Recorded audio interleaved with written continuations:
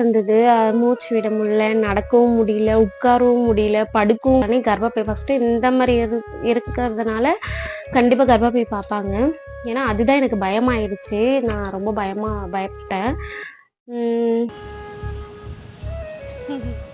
Wait பண்ணிட்டு இருக்கோம்.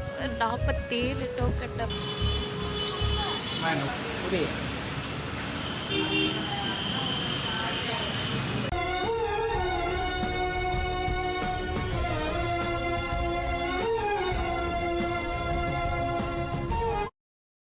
Hey guys, welcome to our channel Tal by Short Girl.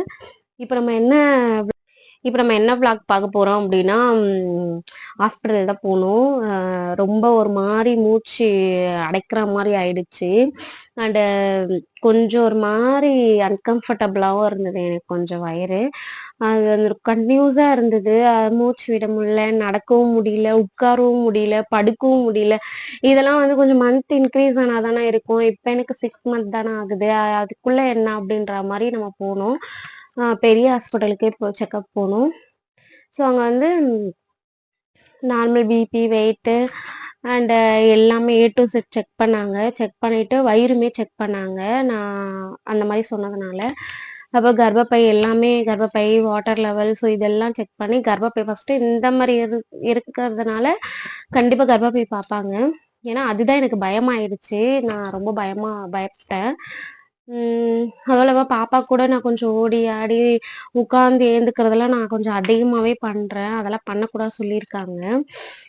First ஆப்ரேஷன்றதுனால இப்போ கொஞ்சம் கேர்ஃபுல்லாக இருக்கணும் அப்படின்னு சொல்லிட்டு இவ கூட நான் ரொம்ப டைம் ஸ்பெண்ட் பண்ணுறதுனால எனக்கு ரொம்ப அது மாதிரி அதனால இருக்கா நம்ம ஒரு செக்கப் பண்ணுறது நல்லது அப்படின்றதுனால நான் கேட்டேன். எல்லாம் எக்கோ இசிஜியுமே எடுத்தாங்க.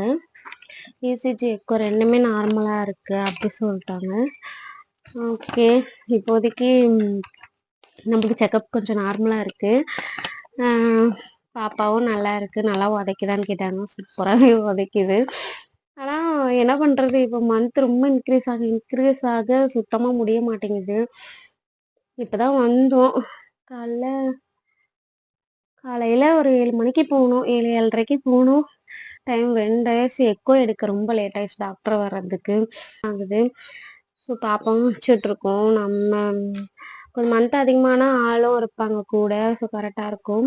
இப்போ யாருமே இல்லாத அவர் பாவம் காலையிலேயே வந்து எனக்கும் பாப்பாவுக்கும் சேமியா செஞ்சு கொடுத்துட்டாங்க.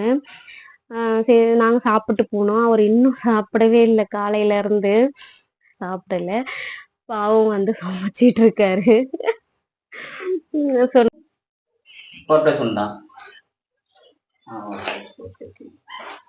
சமைச்சிட்டு இருக்காங்க.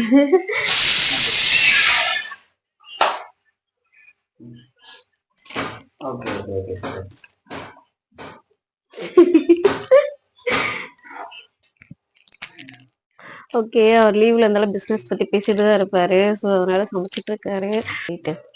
இது கொஞ்சம் ஹெல்ப் பண்ணிட்டு நம்ம ஃப்ரெஷ்அப் ஆகிட்டு சாப்பிட்ணும். அப்போ சரி, ஓகே, நெக்ஸ்ட் டாடா பாய்.